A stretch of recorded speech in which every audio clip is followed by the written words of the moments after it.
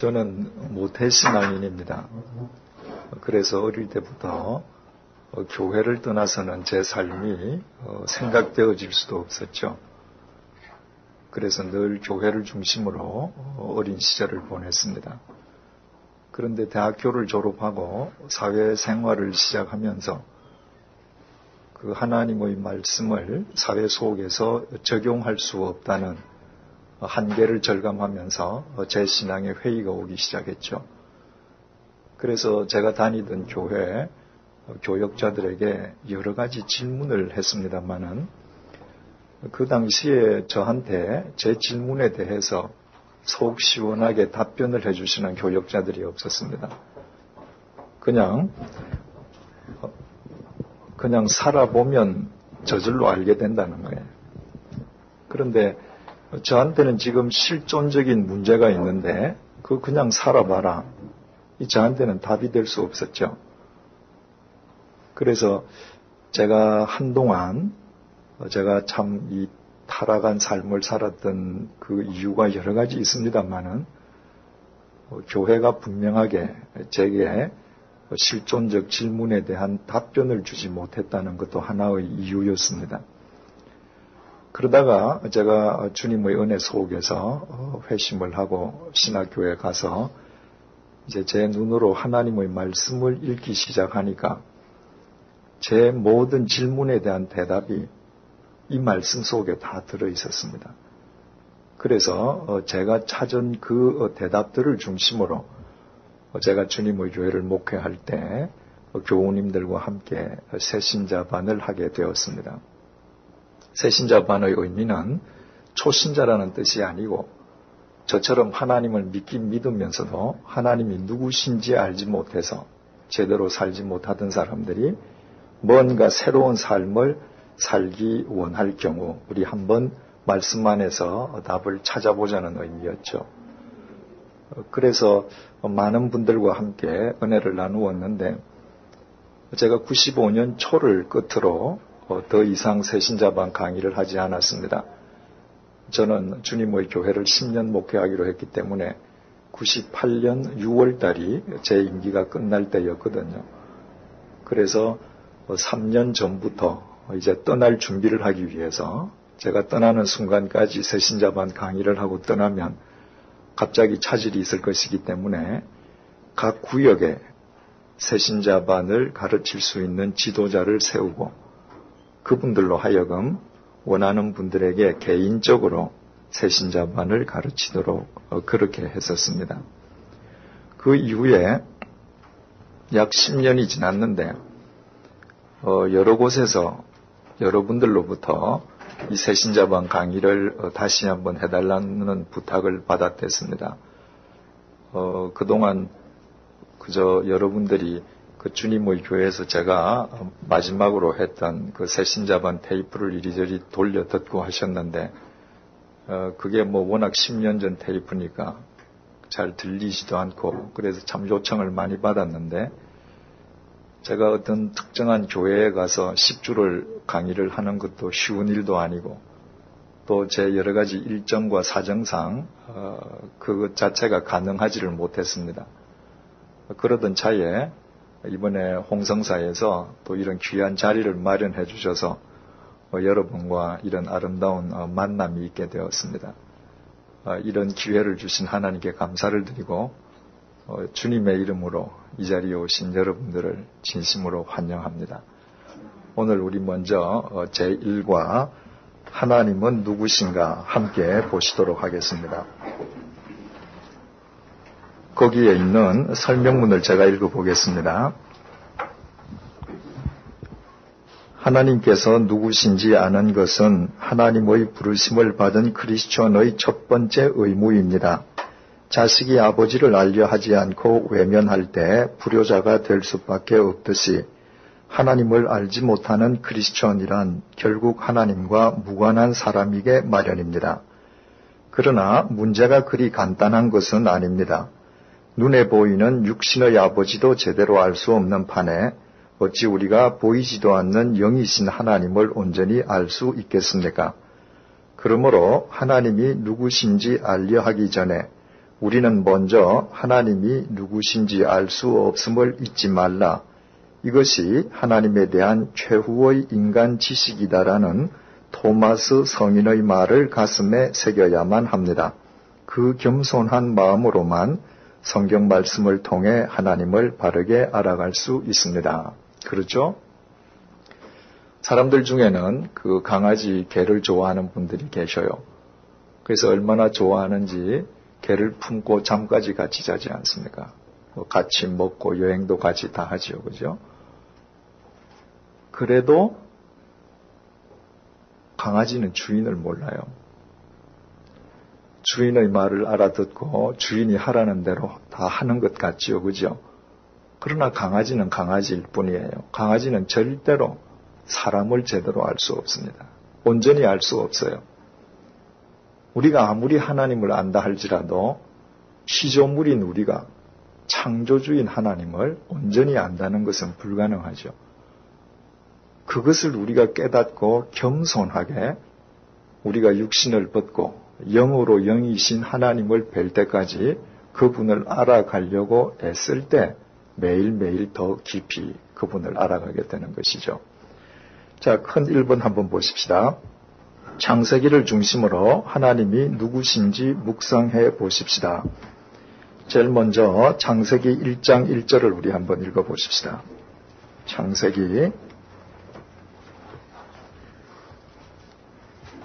창세기 1장 1절입니다.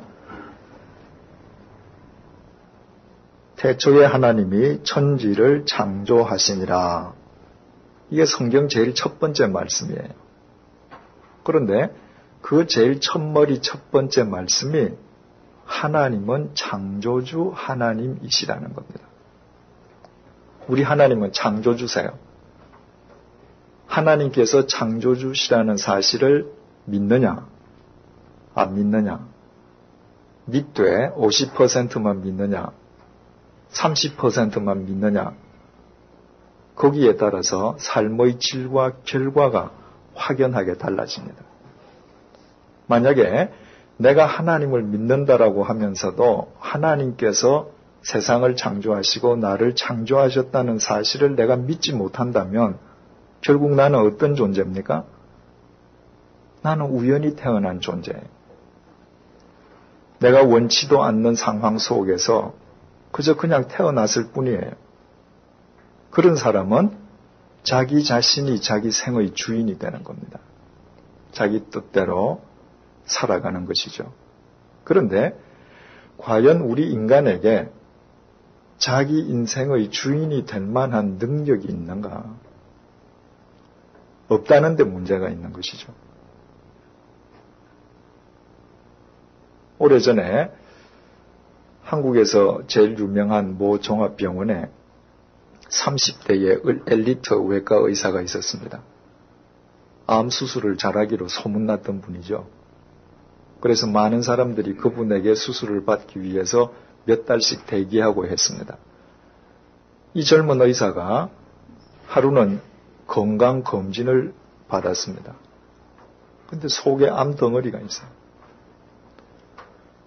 의사니까 친구들이 이 의사를 얼마나 성의껏 다루어 드리려고 그랬겠어요.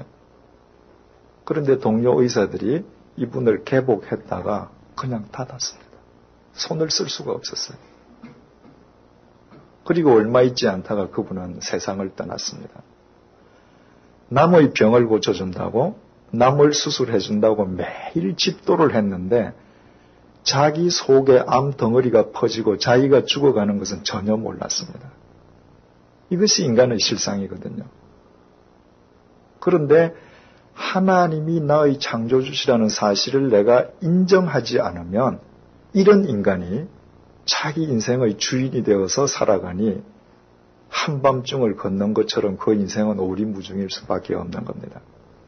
더군다나 하나님께서 나의 창조주시라는 사실을 내가 믿지 않는다면 결국 나는 어떤 존재예요? 나는 원숭이 자식이에요. 그분의 창조하심을 믿지 않는다는 것은 내가 표현하든 하지 않든 인식하든 인식하지 않든 결국은 나는 원숭이 후예입니다. 라는 것을 고백하며 사는 것을 의미합니다. 몇 해 전에 미국에서 진화론을 신봉하는, 진화론을 가리키는 그 젊은 학자 부부의 가정에서 일어난 일이 우리에게 충격을 주었던 적이 있습니다. 부부가 다 진화론 신봉론자고 가르치는 교육자니까 많은 사람에게뿐만 아니라 자기 자식에게도 인간은 아메바에서부터 원숭이 거쳐서 사람이 되었다고 가르치지 않았겠습니까? 자식도 그렇게 믿었을 테고요. 이 부부가 10대 되는 아들, 딸, 두 오누이 남매를 집에 두고 여행을 갔습니다. 그런데 갑작스러운 상황 변경이 생겨서 예정보다 일찍 집으로 들어오게 된 거예요. 아이들은 아빠, 엄마가 그렇게 빨리 온다는 걸 몰랐죠. 집에 들어갔더니 10대의 딸과 아들이 둘이서 벌거벗고 못할 짓을 하고 있는 거예요. 내 딸, 내 자식, 아들이 그러고 있단 말이죠. 그 부모가 충격이 얼마나 컸겠습니까? 야단을 쳤겠죠? 그 딸과 아들이 뭐라고 말했는지 아십니까? 아니, 원숭이 새끼들 보니까 다 형제들끼리 이러는데 이게 뭐 잘못됐느냐고. 결국 하나님께서 창조주시라는 것을 인정하지 않으면 인간은 동물적 본능으로 살아가는 존재에 지나지 않습니다. 오늘날 윤리와 도덕이 정말 밑바닥까지 떨어지지 않습니까? 많은 이유가 있겠지만 그 주인공들 중에 상당 부분이 창조주 하나님을 안 믿는 거죠. 그러니까 동물처럼 살아가는 것입니다. 그러나 하나님께서 나를 창조하신 창조주 하나님이심을 믿는 사람은 하나님의 말씀대로 살아갈 수밖에 없게 됩니다. 하나님이 나를 창조하셨다는 사실을 믿는 자에게 하나님의 말씀을 쉽게 풀이하면 메이커의 자기 제품에 대한 사용 설명서가 되는 겁니다. 모든 제품에는 그 제품을 만든 메이커의 사용 설명서가 따라 있습니다. 어떤 사람이든지 그 설명서대로 제품을 쓰지요. 이유는 뭡니까? 메이커는 그 제품을 만든 자이기에 그 제품을 제일 정확하게 잘 압니다. 그대로 써야 그 제품의 기능을 제대로 유지할 수 있단 말이죠. 내가 하나님의 말씀을, 하나님의 창조주 되심을 믿을 때 그 말씀은 인생이라는 제품을 만드신 하나님의 인생 사용 설명서란 말이죠. 그 설명서대로 내 인생을 가꿀 수밖에 없게 됩니다. 삶이 달라질 수밖에 없는 것이죠. 이 창세기 1장 1절에 있는 말씀이 네 단어로 이루어져 있습니다. 그렇죠? 태초, 하나님, 천지, 창조 이렇게 네 단어로 이루어져 있죠. 적어도 우리나라 초등학교 학생 정도만 되면 이 네 단어의 의미는 다 안다고 생각합니다. 그런데 우리가 이 단어를 한꺼풀만 벗겨보면 이 네 단어는 전부 우리의 인식 너머에 있는 단어임을 알게 됩니다. 제일 먼저 태초. 여러분 태초가 언제입니까? 수백만 년 전, 수억 년 전, 수십억 년 전, 몇백억 년 전 하다가 과학이 지금 가장 발달된 오늘날은 뭐라 그래요? 모른다는 거예요. 언제가 태초인지 모르겠다는 것입니다. 두 번째 단어 하나님. 하나님이 누구세요? 아까도 말씀드렸듯이 유한한 육체를 지닌 인간이 영이신 하나님을 온전히 알 수가 없습니다. 그래서 하나님의 말씀을 놓고도 모두들 장님 코끼리 덧없는 식이죠. 장님이 코끼리 다리를 만져보고는 기둥이다. 아랫배를 만져보고는 천정이다. 등을 만지고는 벽이다 그러지 않습니까? 그 사람마다 자기의 유한함으로 하나님을 덧없는 겁니다. 그래서 수없이 많은 교파가 나오고 교단이 나오고 수없이 많은 신학 이론이 나오고 있습니다. 정말 우리가 하나님의 부르심을 받고 이 육신의 껍질을 벗고 영으로 영이신 하나님을 뵙기 전까지는 우리는 하나님을 온전히 알지 못하는 것입니다. 세 번째 단어가 천지라고 되어 있죠. 하늘과 땅. 이 하늘과 땅이 도대체 얼마나 큰지 여러분들은 아십니까? 오늘날 인간 과학 기술로 측정할 수 있는 가장 멀리 있는 별, 그것이 200억 광년 거리에 있는 별이라 그러죠. 그 광년이라고 하는 것은 빛의 속도로 날아가는 건데 빛의 속도로 200억 년을 날아가는 위치에 별이 있는 걸 인간이 측정을 합니다. 그러면 나사에서 대형 망원 렌즈를 가지고 200억 광년 거리에 있는 별을 발견했다라고 할 때 그 반짝하는 빛은 언제 반짝한 거예요? 200억 년 전에.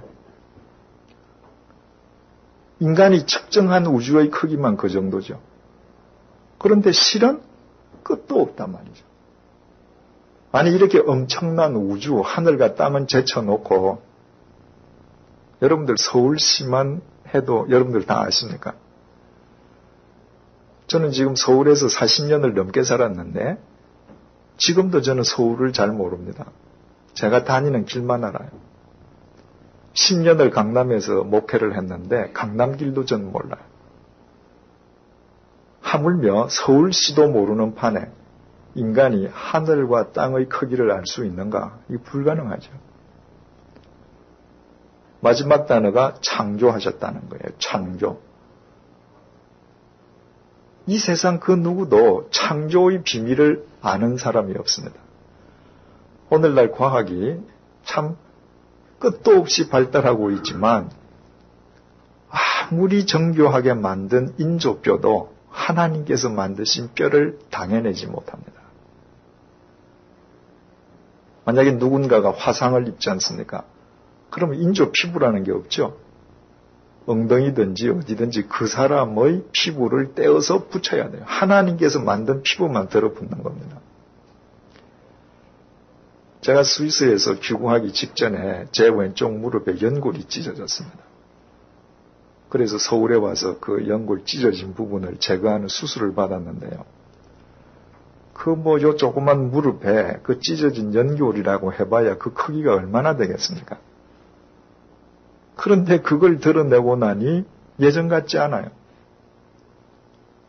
중요한 것은 이 세상에 수없이 많은 물질이 있고 재료가 있음에도 불구하고 하나님께서 만들어서 내게 넣어주셨던 연골을 이 세상에 대체할 게 없다는 거예요. 왜 그렇습니까? 그 하나님의 창조의 능력 비밀을 모르기 때문에. 요즘 한국에서 가장 성업하는 업종 중에 하나가 성형 아닙니까? 성형. 그래서 저희 아이들만 해도 텔레비를 그냥 보면 알더군요. 저 탤런트 또 어디 고쳤네. 금방금방 알아요. 그런데 여러분, 성형하는 연예인들 4, 5년만 지나 보셔요. 얼굴이 달라집니다. 수술했을 때는 굉장히 예뻐 보이죠. 4, 5년, 10년 지나면요. 어딘가는 다 이질러집니다. 왜냐하면 하나님께서 본래 주셨던 모습이 제일 아름답기 때문에. 세계적으로 그 유명한 가수 마이클 잭슨 아시지 않습니까? 그 마이클 잭슨의 어릴 때 여러분 사진 보신 분 계셔요? 정말 귀엽습니다. 정말 복스러워요. 그런데 코 세우고 무슨 하얗게 하고 그 성형을 그렇게 받다가 지금 어떻습니까? 괴물처럼 되어 있죠. 하나님께서 만들어주신 것을 이 세상 어떤 의사도 못 당해냅니다. 잠시 위장할 수 있을 뿐이죠. 이처럼 성경 첫머리에 있는 이 한 구절의 네 단어는 우리가 다 모르는 단어예요. 그렇다면 내가 하나님께서 나의 창조주 되심을 믿는 자는 첫머리부터 알 수 없는 이 하나님의 말씀 앞에서 겸손하게 그분의 말씀을 믿고 따르게 됩니다. 고가품의 제품을 샀을수록 사용 설명서에 대해서 이의를 제기하지 않아요. 가령 내가 길을 가다가 1,000원짜리 물건을 샀습니다. 그런데 거기에 1,000원짜리인데도 설명서가 딸려 있단 말이죠. 그걸 보고 야 이게 무슨 설명이야 찢어버릴 수 있죠. 그런데 내가 몇백만 원, 몇천만 원짜리 고가품을 샀다고 하십시다. 그 설명서를 놓고 아니 우습게 왜 이걸 이렇게 쓰라 그래? 아무도 그러지 않습니다. 절대적으로 신뢰합니다. 비쌀수록 메이커의 말을 전적으로 믿는 거죠. 이 세상에 내 인생보다 더 소중한 게 어디 있습니까? 이 소중한 나의 인생을 그분이 만드셨다면 우리는 겸손하게 100% 전적으로 그 말씀을 신뢰하게 되는 것입니다. 그래서 창조주 하나님이시라는 이 말씀을 믿느냐 안 믿느냐, 믿되 50%만 믿느냐 30%만 믿느냐에 따라서 그 삶의 질과 과정과 결과가 달라질 수밖에 없는 것입니다. 두 번째로 우리 창세기 1장 27절 한번 보십시다. 같이 읽어보실까요? 하나님이 자기 형상 곧 하나님의 형상대로 사람을 창조하시되 남자와 여자를 창조하시고, 하나님께서 사람을 창조하셨는데 그냥 아무렇게나 창조하신 것이 아니죠. 하나님께서 뭐대로요? 하나님의 형상대로. 그런데 하나님께서 당신의 형상대로 남자만 만드셨죠. 남자와 여자를 만드셨습니다. 그러면 하나님은 남자입니까? 여자입니까? 하나님은 남자가 아닙니다. 오래도록 사람들은 하나님을 어떤 가부장적인 남성상으로만 이해해 왔습니다. 우리 하나님께서 출애굽한 이스라엘 백성을 위해서 폭 32km의 그 홍해 바다를 바람으로 가르실 때, 여리고 성을 무너뜨리실 때, 산헤립 군대 10만 명 이상의 대군대를 하룻밤에 격퇴시키실 때 정말 강한 남성상의 하나님을 만나게 되죠. 그런데 중요한 것은 하나님께서 당신의 형상대로 사람을 만드셨는데 남자와 여자를 만드셨다는 거예요. 하나님에게는 남성성도 있지만 여성성도 함께 있다는 것입니다. 바꾸어 말하면 우리 하나님께서는 부성의 하나님이실 뿐만 아니라 모성의 하나님이시기도 하다는 것입니다. 그래서 요즘 새로 번역되는 영어 성경들 보면 옛날 영어 성경은 다 하나님을 3인칭으로 할 때 he, 3인칭 남자 주어로 번역을 했죠. 요즘 성경은 he/she 이렇게 번역을 해요. 거기에는 물론 여성 운동가들의 입김도 들어있지만 사실은 그게 정확한 것이죠. 우리에게는 아버지 하나님이 필요해요. 부성으로서의 하나님이 필요합니다. 그 강하신 하나님이 우리의 인생을 지켜주시는 거 감격적이죠. 그러나 강한 것만으로는 안 됩니다. 강한 것만 있을 때는 강한 것이 우리를 상처를 줍니다. 강한 것은 반드시 섬세하고 부드러운 것과 함께 있을 때에만 참된 강함이 될 수 있는 거예요. 그래서 하나님께서 자식을 태어나게 하실 때 남자에게서나 여자에게서만 자식이 태어나서 남자나 여자 밑에서만 살게 하시는 것이 아니라 부성의 아버지와 모성의 어머니 사이에서 태어나게 하시고 그 부성과 모성의 사랑 속에서 자식이 자라나게 하시지 않습니까? 왜? 하나님께서 부성의 하나님이시고 모성의 하나님이시기 때문입니다. 이 모성의 하나님을 내가 만난다는 건 굉장히 중요하죠. 여러분, 우리 어머니 아버지를 한번 생각해 보시면 금방 알 수 있지 않습니까? 우리가 열이 고열이 올라서 내가 잠을 못 자고 고통스러워할 때 내 침대맡을 지키고 밤을 새우시는 분은 아버지가 아니세요. 어머니가 밤을 새우시는 겁니다. 여러분, 전 세계를 막론하고 기차 길목에서 노는 아이를 뛰어들어가서 아이는 살리고 살린 그 사람은 죽는 경우가 있는데 그때 아버지가 그렇게 하는 경우를 보신 적이 있습니까? 거의 없습니다. 뛰어들어가서 내가 죽고 자식을 살리는 경우는 대개 어머니예요. 그 어머니의 섬세함과 부드러운 생명력이 그렇게 되는 겁니다. 50년대 말 제가 경험한 일이에요. 그때 저는 겨우 초등학생이었는데 저희 둘째 자형께서 군인이어서 6.25에 참전했다가 그 50년대 말에는 그 논산 훈련원에 있었습니다. 그래서 저희 어머님하고 그 겨울에 그 이제 둘째 자형 누님 댁을 방문하게 되었는데 갈 때는 자형이 보내주신 군용차를 타고 갔는데 나올 때 갑자기 그 자동차가 다른 일에 차출이 되어서 그 차를 탈 수가 없게 되었습니다. 또 어쩔 수 없이 대전까지 나와서 기차를 타고 이제 부산으로 돌아가는데 지금은 고속도로로 자동차를 타고 달리면 대전에서 논산까지 단 10분 정도면 가지 않습니까? 그런데 그때 완행열차로는 1시간이 걸렸습니다. 그런데 이름이 완행열차지요. 실제로 객차가 아니에요. 그 전쟁 이후에 물자가 없을 때이기 때문에 화물칸 차를, 화물차에 나무 벤치를 박아서 객차로 개조한 거예요. 그리고 여러분들 연세 드신 분은 기억하시겠습니다만은 그때는 사람들이 기차 타면요. 유리도 다 빼가지 않았습니까? 기차에 유리도 없어요. 그런데 그 영하 20도의 이 완행열차가 달리니 그 유리 없는 창문으로부터 그 겨울바람이 얼마나 고통스럽겠습니까?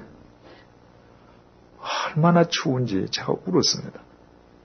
그랬더니 제가 추워서 우는 것을 아신 저희 어머님께서 고무신을 벗으시더니 당신의 버선을 벗으셨습니다. 그리고는 제 신에다 신겨주셨어요. 그 덕분에 저는 대전까지 그 추위를 이길 수 있었죠.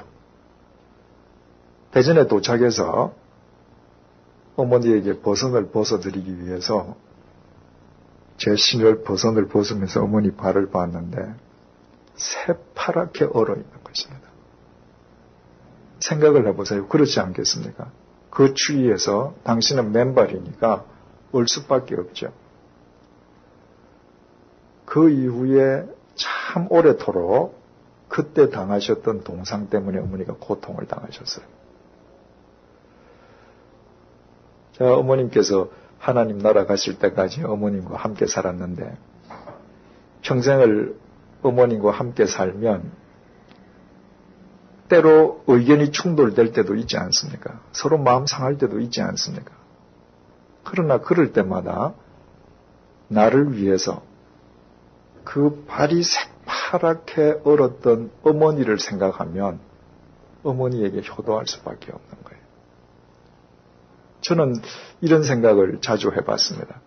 만약 그때 제가 논산에서 대전으로 나올 때 그 똑같은 상황 속에서 제 곁에 앉으셨던 분이 어머니가 아니고 제 아버지셨다면 아마 이렇게 얘기했을 거예요. 야, 사내가 그것도 못 참냐? 강해야지.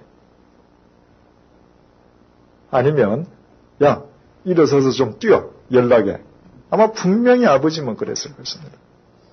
이 세상 어느 아버지도 자기 구두를 벗고 양말을 대신 신겨줘야 되겠다고 생각을 못 하실 겁니다. 어머니만 그렇게 합니다. 바로 우리 하나님에게 부성으로서의 강함도 있으시지만 이 어머니 같은 모성적 사랑이 있으시기 때문에 성자 하나님께서 우리를 위해서 죽으시는 거예요. 이 세상 어머니가 자식을 위해서 자기 발이 동상 걸리는 것과 똑같은 것이죠. 바로 그 하나님의 부성적 사랑과 모성적 사랑 속에서 우리는 바른 인격체로 양육되는 것입니다. 고린도전서 13장은 사도 바울이 쓰지 않았습니까? 이름하여 사랑장입니다.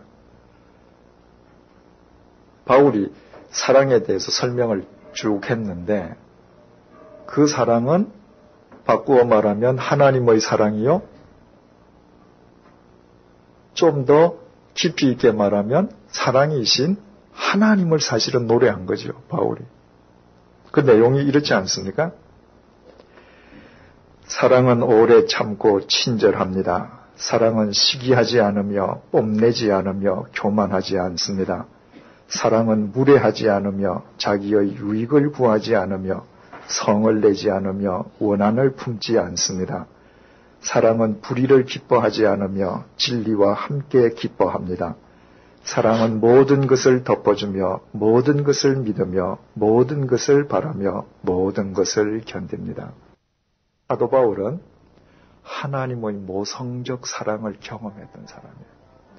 그래서 이런 글을 쓸 수 있었던 거예요. 그리고 그 하나님의 모성적 사랑 속에서 사도 바울은 어떤 극한 상황 속에서도 걸어가야 될 길을 걸어갈 수 있었던 겁니다. 이 하나님의 모성적 사랑을 깨달을 때에만 우리는 이 세상에서 쓰러지고 넘어지고 실패하는 상황 속에서도 언제든지 그분의 격려 속에서 다시 시작할 수 있어요. 클레어 클로닝거라고 하는 사람이 쓴 만화경이라고 하는 책 속에 이런 내용이 있습니다. 어떤 아이가 다니는 학교에서 선생님이 성탄절을 맞이해서 아버지를 다 초청하게 했습니다. 그리고 그날이 이르기 전에 학교에서 아이들에게 아버지를 위해서 각자 선물할 인형을 만들게 했어요. 그 한 아이가 정말 사랑하는 아버지를 위해서 최선을 다해서 인형을 만들었습니다. 이제 아버지가 오시기로 되어 있는 날인데 교실에서 가만히 기다릴 수가 없어요. 빨리 드리고 싶어서. 자꾸 창을 통해서 교문을 보는 겁니다. 아버지 모습이 보여요. 그래서 이 아이가 자기가 만든 인형을 들고 아빠 하고 뛰어가다가 그냥 넘어져 버렸어요. 넘어져서 아빠를 위해서 만들었던 그 인형이 그냥 박살이 난 겁니다. 얼마나 속상하겠습니까? 그냥 우는 거죠, 속상해서. 그랬더니 아버지가 뭐라 그러신지 아셔요? 야, 괜찮다. 내 받은 걸로 할게. 아버지는 괜찮은데 이 아이는 전혀 안 괜찮은 거예요. 아버지의 그 말이 위로가 안 되는 겁니다. 그런데 그 옆에 있던 엄마가 이 아이에게 찾아와서 말을 합니다. 야, 너 정말 속상하겠다. 엄마라도 이런 경우에는 지금 울 거야. 그리고 꼭 안아줍니다. 그리고 엄마가 말하기를, 얘야, 우리 이렇게 한번 해보면 어떻겠냐. 여기 이 깨어진 조각들을 우리 다 줍자. 그리고 이 조각들을 우리 집에 가지고 가서 아빠를 위해서 뭔가 다시 한번 시작해보자. 그 깨어진 조각을 가지고 간다고 그게 무슨 쓸모가 있겠어요. 그런데 엄마의 그 말이 위로가 돼요. 그래서 아이가 그것을 주워서 엄마와 함께 집에 가서 다시 시작하는 것입니다. 우리 하나님께는 부성적 사랑뿐만 아니라 모성적 사랑이 함께 있으시기 때문에 내가 실패했을 때, 내가 아플 때, 내가 울 때 그분은 나와 더불어 울어주시면서 야, 우리 다시 시작해보자. 격려하시는 것입니다. 그래서 그 어머니의 사랑 속에서 우리는 언제든지 다시 시작하는 것이죠. 가톨릭에서는 이 모성적 사랑이 얼마나 필요한지 성모 마리아를 통해서 이 모성적 사랑을 공급받습니다. 그러나 하나님께서 남자가 아니시고 하나님에게는 모성적 사랑과 부성적 사랑이 함께 공유되어 있음을 깨닫는다면 하나님의 모성만으로 충분하죠. 어떻게 마리아의 모성이 하나님의 모성을 당해내겠습니까? 세 번째로 창세기 1장 28절 한번 보십시다. 시작. 하나님이 그들에게 복을 주시며 그들에게 이르시되 생육하고 번성하여 땅에 충만하라. 땅을 정복하라. 바다의 고기와 공중의 새와 땅에 움직이는 모든 생물을 다스리라 하시니라. 하나님께서는 세 번째로 복 주시는 하나님이십니다. 복이 과연 무엇인가? 여러 가지로 설명할 수 있겠죠. 그러나 저는 복을 아주 간단하게 이렇게 풀이해요. 복이라고 하는 것은 메이커의 자기 제품에 대한 애프터 서비스다. 어떤 제품이든 제품을 사면 애프터 서비스를 받아야 해요. 내가 자동차를 샀는데 그 자동차에 나사가 하나 풀려도 우리는 알지 못해요. 애프터 서비스 속에서만 자동차가 자동차답게 굴러갈 수 있단 말이죠. 하나님께서는 인생을 창조하신 분이세요. 그리고 당신의 그 피조물인 인생이 인생답게 살아갈 수 있도록 하나님께서 관리해 주셔요. 애프터 서비스를 해 주셔요. 그게 하나님의 복입니다. 창세기 5장 1절 2절을 한번 보십시다. 잘 들어보십시오. 아담 자손의 계보가 이러하니라. 하나님이 사람을 창조하실 때에 하나님의 형상대로 지으시되 남자와 여자를 창조하셨고 그들이 창조되던 날 공표를 하십시다. 창조되던 날에 하나님이 그들에게 복을 주시고 공표하십시다. 그들의 이름을 사람이라 일컬으셨더라. 사람 공표하십시다. 그리고 창조, 복, 사람 한 줄로 연결해 놓으십시다. 하나님께서 인간을 창조하시던 바로 그날, 다음 날이 아니에요. 창조하시자마자 제일 먼저 인간에게 복을 주셨는데 하나님의 복 속에서 사람이 비로소 사람이 될 수 있었습니다. 하나님의 애프터 서비스, 하나님의 관리 속에서만 우리는 비로소 사람답게 살 수 있는 거예요. 만약에 이 하나님의 애프터 서비스를 나는 무시한다. 그것은 하나님의 창조주 되심을 무시하는 거죠. 그죠?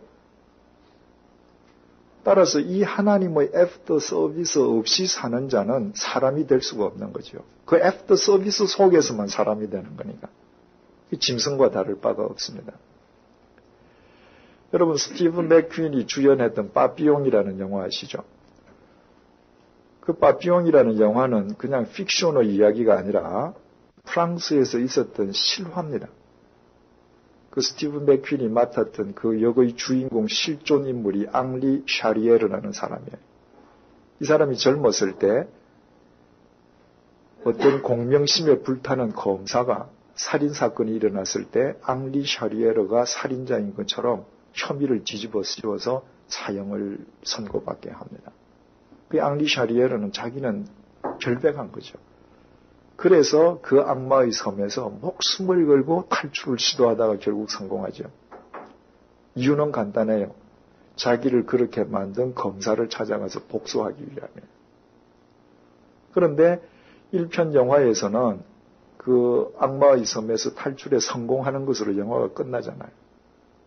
그게 앙리 샤리에르가 쓴 자기 수기 1편 빠삐용이 거기서 끝나기 때문에 2편의 제목은 방꼬라는 책입니다. 그 2편에 그가 도망을 가서 난민 밀림을 전전하면서 어떻게 생존하고 그리고 파리에 찾아가서 그 검사를 죽이려고 찾아갔다가 어떻게 끝내 용서했는가. 복수하지 않습니다. 용서해요. 그 이야기가 방꼬에 쭉 적혀져 있는데 그 책 속에 앙리 샤리에르가 이런 말을 해요. 내가 남미의 밀림에서 내가 살아남을 때 밀림에서 제일 무서운 맹수는 어떤 맹수가 제일 무섭겠어요? 예, 인간이다 이랬습니다. 왜냐하면 지금 나한테 총이 있습니다. 사자가 나타나요? 쏴버리면 돼. 이상한 짐승이 나타나서 무슨 기척이 있다? 쏴버리면 돼. 그런데 인간이 나타나서 서로 도우면서 살자고 함께 했는데 이 인간이 하는 짓이, 자기에게 하는 짓이 맹수보다 더 나쁜 짓을 하는 겁니다. 그래서 밀림에서 제일 무서운 맹수는 인간이다. 여러분, 우리가 하나님의 복을 구하지 아니하면 이 세상을 맹수처럼 살게 됩니다. 인간이 자기 욕망을 위해서 하는 짓들을 보십시오. 그러므로 복을 구하는 기복 자체는 하나도 나쁜 게 아니죠.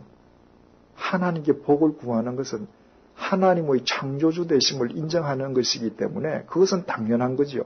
경계해야 될 것은 기복주의죠. 그것은 하나님이 아니라 복 자체를 목적으로 삼는 거거든요. 하나님이 아니라 하나님의 복 자체를 목적으로 삼는다는 것은 바꾸어 말하면 무슨 말입니까? 내가 자동차를 샀는데 사는 그날부터 애프터 서비스만을 목적으로 삼는 거하고 똑같습니다. 자동차가 애프터 서비스를 받는 이유는 내가 원하는 목적지까지 늘 안전하게 달리기 위함이에요. 그런데 사는 날부터 늘 정비소에 갖다 놓고 매일매일 애프터 서비스만을 받는 것으로 족해야 한다면 그건 불량품이죠. 그건 버려야 합니다. 우리가 하나님의 복을 구하는 것은 인간으로서 인간답게 진리의 길을 바르게 달리기 위함입니다. 그런데 복 자체를 내가 목적으로 삼는다라고 하면 이미 하나님을 비인격적인 존재로 우상으로 만들어버리는 것이죠. 그래서 우리에게 중요한 것은 복 그 자체가 아니라 언제나 우리에게 복을 주시는 하나님이신 것이죠. 네 번째로 하나님은 어떠신 분이신가? 창세기 15장 13절에서 14절을 읽어보십시다. 창세기 15장 13절에서 14절입니다. 같이요. 여호와께서 아브라함에게 이르시되 너는 정령이 알라 내 자손이 이방에서 객이 되어 그들을 섬기겠고 그들은 400년 동안 내 자손을 괴롭게 하리니 그 섬기는 나라를 내가 징치할지며 그 후에 내 자손이 큰 재물을 이끌고 나오리라. 여기에서 아브라함이라는 사람은 후에 아브라함으로 이름이 바뀐 사람이죠. 아브라함은 하나님께서 선택하신 사람이잖아요. 그리고 아브라함의 자손이 소위 하나님의 서민이 된단 말이죠. 하나님께서 가장 사랑하시는 민족이 돼요. 그런데 하나님께서는 이 아브라함에게 아브라함이 자식을 낳기도 전에 네 자식들은 이집트에 가서 400년 동안 노예 생활을 하고 나와야 된다. 이렇게 말씀을 하셨습니다. 여러분, 우리가 상식적으로 생각한다면 하나님께서 정말 사랑하는 당신의 백성이라면 호의호식을 시켜주고 아방궁 같은 집에서 비단 금침에 잠자게 해줘야 되지 않습니까? 그런데 하나님께서는 당신이 가장 사랑하는 백성으로 하여금 에집트에서 노예 생활부터 하게 하셨습니다. 밑바닥부터 시작하게 하셨어요. 하나님은 어떤 분이시죠? 훈련자 하나님이십니다. 밑바닥부터 훈련받은 자만 사람의 몫을 다할 수 있기 때문이에요. 우리도 알아요. 우리 자식들이 밑바닥부터 훈련받아야 사람의 몫을 다할 수 있다는 거 인간도 다 압니다. 그런데 인간은 그렇게 안 해요. 자식을 사랑하는 것 같지만 실은 깊이 사랑하지 않는 겁니다. 그러나 하나님께서는 그렇게 하셔요. 정말 우리를 사랑하시기 때문입니다. 훈련받지 않고서는 어떤 삶도 불가능합니다. 훈련받지 않고서는 어떤 직무도 감당할 수 없습니다. 모두 훈련이에요. 저는 대학교를 1971년 2월 달에 졸업했는데 그 3달 전인 1970년 12월부터 유대인 종합상사에서 항공운송 대리점 부서에서 일을 했습니다. 근데 그 유대인들로부터 혹독한 훈련을 받았습니다. 저는 대학교에서 전공을 프랑스 말을 하고요. 부전공을 상경을 했습니다. 그래서 회계, 부기 이런 거 다 할 줄 알거든요. 또 그 당시는 그렇게 타이프라이터를 대학교에서 치는 사람이 드물었는데 저는 타이프라이터를 배워서 상당히 빠르게 쳤습니다. 그러니까 뭐 외국말 하는 것도 저한테 일이 주어지고 부기하는 것도 저한테 주어지고 심지어 그 모든 일을 타이프라이터 치는 일까지 제가 해야 돼요. 그러니까 그 통금이 있던 시절에 새벽처럼 집에서 나오면 매일 끝나고 집에 가면 밤 12시에 그게 파김치가 되는 거죠. 그래서 제가 그 유대인 책임자를 만나서 제가 불평을 했습니다. 내가 지금 이런 일을 하는데 만약에 내가 이 3가지를 다 할 줄 모른다면 이건 직원 3명이 해야 되는 일이다. 근데 나 혼자서 이제 더 이상 못하겠다. 그러니까 나한테 보조 직원을 뽑아주던가 아니면 사표를 받아주십시오. 그때 그 유대인이 이렇게 얘기했습니다. 저한테. 미스터 리, 아무리 건장한 청년이라도 하루아침에 군에서 불러내어서 철모를 씌우고 배낭을 메우고 군화를 신겨서 뛰라 하면 못 뛴다. 그런데 한 달만 지나면 뛴다. 몇 달 지나면 그 무거운 걸 쓰고 메고 신고도 무게조차도 안 느낀다. 하지만 그렇게 훈련받던 사람을 한 달만 집에 가서 편안히 잠자게 해봐라. 또 못한다. 나는 지금 너한테 철모를 씌워줬다. 배낭도 메워줬다. 군화도 신게 했다. 그리고 너 지금 뛰라는 거다. 난 너 훈련시킨다. 네가 이 훈련을 거칠 때에만 나중에 너를 돕는 직원이 생겨도 그 사람들을 바로 리드할 수 있기 때문이다. 자, 할 말이 없죠. 그 말이 맞으니까. 그래서 미안하다고 나왔습니다. 때가 되니까 저는 한 사람만 더 뽑아달라고 했는데 그분이 2사람의 보조 직원을 저한테 붙여줬습니다. 자기가 보건대 이제 훈련을 잘 거쳤다 판단한 것이죠. 생각 같아서는 장교가 되는 사람이 훈련을 덜 받아야지요. 더 편안해야죠. 그러나 사병보다 장교나 장군이 되는 사람이 훨씬 더 훈련을 혹독하게 받습니다.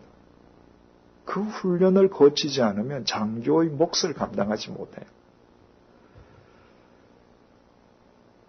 제가 한 번은 TV를 통해서 원숭이하고 원숭이 새끼 사이의 관계를 본 적이 있습니다. 원숭이가 새끼를 놓으니까요. 정말 끔찍이도 자기 새끼를 사랑합니다. 그 새끼 원숭이가 어미 원숭이 목에 이렇게 엎혀 다니는 거 보셨어요? 그냥 뭘 먹일 때도 정말 사람처럼 이렇게 끌어안고 입에 먹여주고 말입니다. 그런데 어느 날 갑자기 느닷없이 그렇게 사랑하던 새끼를 사랑하던 이 어미 원숭이가 자기 새끼를 딱 땅바닥에 깔아놓고 그 위에 올라타고 때리고 짓이기고 야단났습니다. 그렇게 밑에서 새끼는 죽겠다고 아우성이죠. 매일 그러는 겁니다. 이유가 뭔가? 동물들 중에서 원숭이가 나무를 제일 잘 타지 않습니까? 나무를 잘 타기 위해서는 등뼈가 강해야 된답니다. 그렇게 훈련시키는 거예요. 여러분, 절대로 원숭이는 날 때부터 나무를 잘 타게 태어나지 않습니다. 훈련시키는 거예요. 그래서 어떤 나무든지 타고 올라갈 수 있도록 그 어미가 때리고 짓밟고 하면서 그 뼈를 강하게 하는 것입니다. 새들 중에 독수리가 제일 강하지 않습니까? 그것도 결국 훈련의 결과라고 그러죠. 독수리는 새끼 독수리가 일정한 시기가 되면 어미가 새끼를 물고 저 하늘 높이 가서 떨어뜨려 버린단 말이죠. 그러면 한 번도 날아본 적이 없는 이 새끼가 어떻게 날겠습니까? 그냥 떨어지는 거죠. 그러면 땅에 떨어지기 직전에 어미가 날아와서 다시 낚아채서 올라갑니다. 그리고 올라가서 또 떨어뜨려요. 또 채고 올라가서 떨어뜨려요. 매일 그 과정을 반복하면서 이 어린 새끼는 어머니가 떨어뜨리니까 살기 위해서 날개를 퍼더덕거리다가 그 날개 쭉지에 힘이 들어가는 겁니다. 그래서 새들의 왕이 되는 거죠. 그러면 우리에게 이런 질문이 가능합니다. 왜 참새는 그렇게 훈련 못 시키나? 참새도 하면 되잖아요. 그런데 참새가 자기 새끼를 물고 올라가서 떨어뜨릴 수는 있습니다. 그러나 참새는 자기 새끼가 땅에 곤두박질 치기 전에 낚아채 올라가는 능력이 없습니다. 그러니까 못하는 거예요. 하나님께서는 우리를 훈련시키세요. 왜? 우리의 훈련 과정 속에서 우리를 완벽하게 지켜내실 수 있는 능력이 있으시기 때문입니다. 그래서 하나님의 훈련을 두려워해서는 안 됩니다. 혹시 여러분들 가운데에 지금 어려운 상황 속에 계시는 분이 계십니까? 고난을 당하고 계신 분이 계십니까? 그렇다면 지금이야말로 하나님께서 나를 훈련시키고 계심을 믿으시기 바랍니다. 모세도 그렇고요.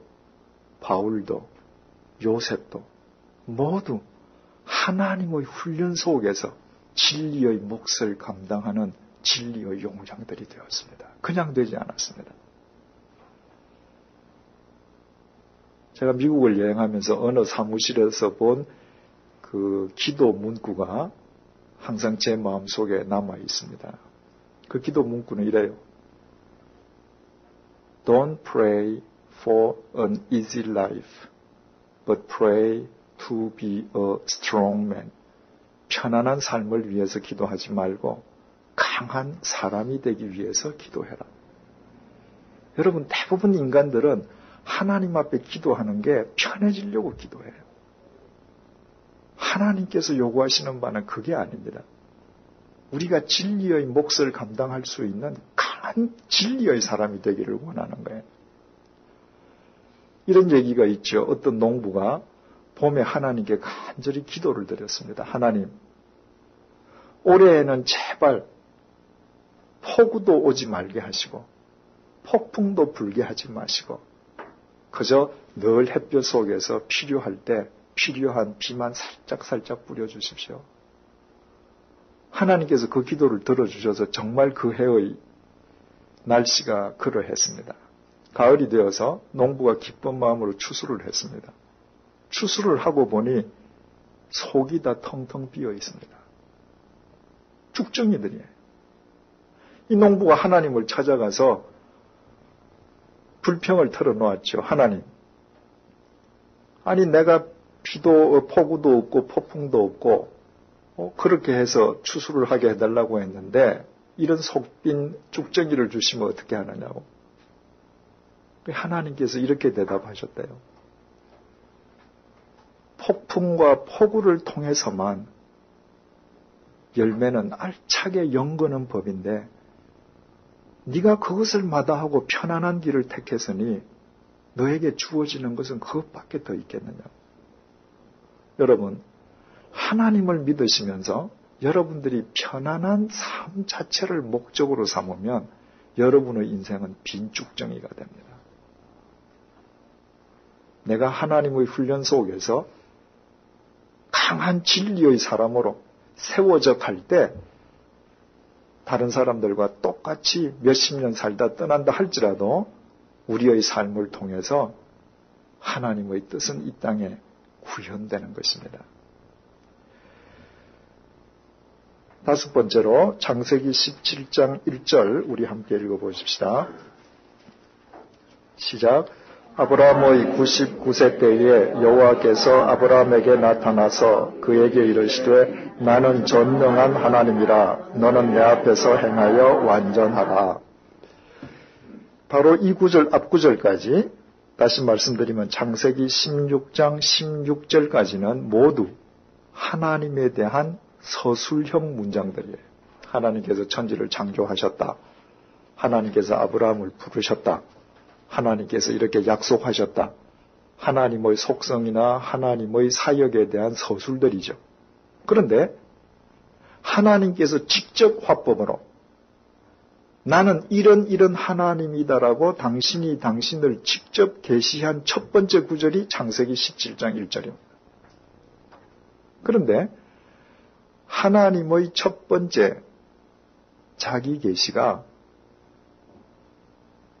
전능하신 하나님이시라는 사실에 대해서 우리는 감격할 수밖에 없는 겁니다.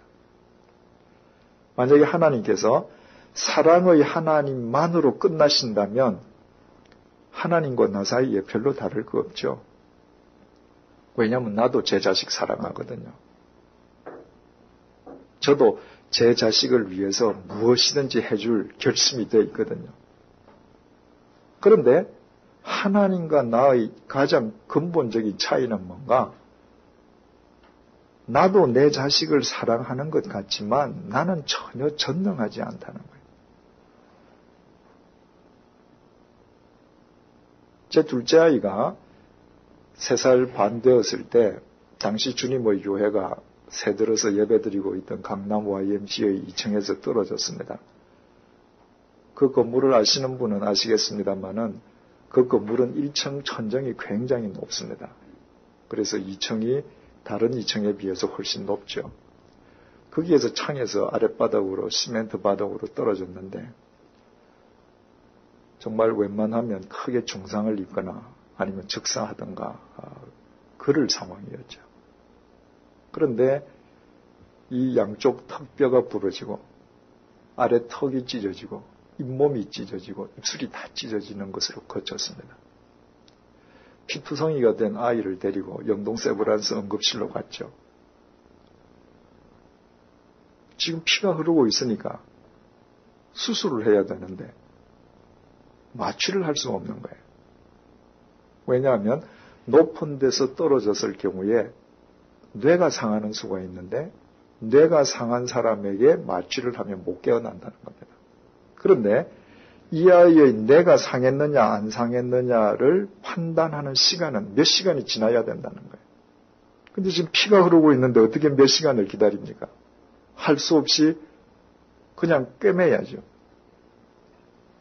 그래서 그 응급실의 레지던트가 마취 없이 이 아이 입을 꿰매기 위해서 하얀 침대 시트로 이 아이를 똘똘 말았습니다.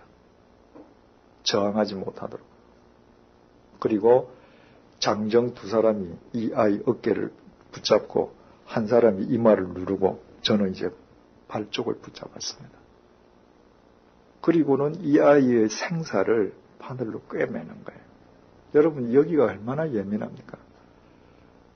그게 한 1시간이 걸렸는데 제가 밑에서 다리를 잡다 보니까 걔하고 저하고 눈이 딱 마주치는 겁니다. 이 아이가 1시간 동안 쉬지 않고 저한테 외친 소리가 아빠 저 좀 꺼내주세요. 아빠 저 좀 꺼내주세요. 그 아이가 이 세상에서 가장 도움이 필요할 때 절실하게 1시간을 부르짖는데 저는 그 아이를 위해서 해줄 게 아무것도 없는 겁니다. 고작 한다는 말이 승부가 곧 끝난다. 조금만 더 기다려라. 제 둘째 아이가 태어날 때 하나님께 참 감사했죠.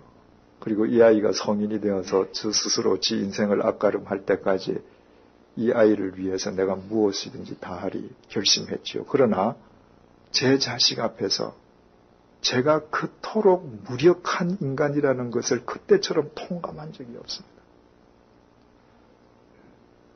이것이 우리의 실체입니다. 그러나 하나님은 그렇지 않아요. 하나님은 우리를 사랑하시되 그분은 전능하신 하나님이십니다. 전능이 뭐예요? 못하시는 것이 없는 것입니다. 모든 것이 그분에게서는 가능한 것입니다. 하나님의 전능성이 어디에서 두드러져 보이는가? 보석처럼 흩뿌려져 있는 저 하늘의 별들, 태양, 태평양, 사하라 사막, 그렇죠? 웅대한 자연을 통해서도 그분의 위대하신 전능하심을 볼 수 있습니다. 그러나 그분의 전능하심이 가장 두드러져 보이는 곳은 바로 우리 자신입니다. 나같이 형편없는 인간을 그분께서 새롭게 건져내시고 살리셨다는 거예요. 제가 모태신앙으로 태어났다고 그러지 않았습니까? 그러다가 제가 참 그 타락을 했으니까 그 허랑방탕한 삶을 살면서 그럼에도 제 속에 복음의 씨가 뿌려져 있으니까 얼마나 갈등이 많았겠어요. 만약에 제가 하루에 담배를 2갑을 피는다. 그러면 담배 40개 피죠. 40번 마음에 갈등이 있는 겁니다. 나 이렇게 살면 안 되는데, 이렇게 살면 안 되는데. 새벽까지 술 먹고 아침 되면 후회하지요. 오늘 이제 절대 술 안 먹어야지.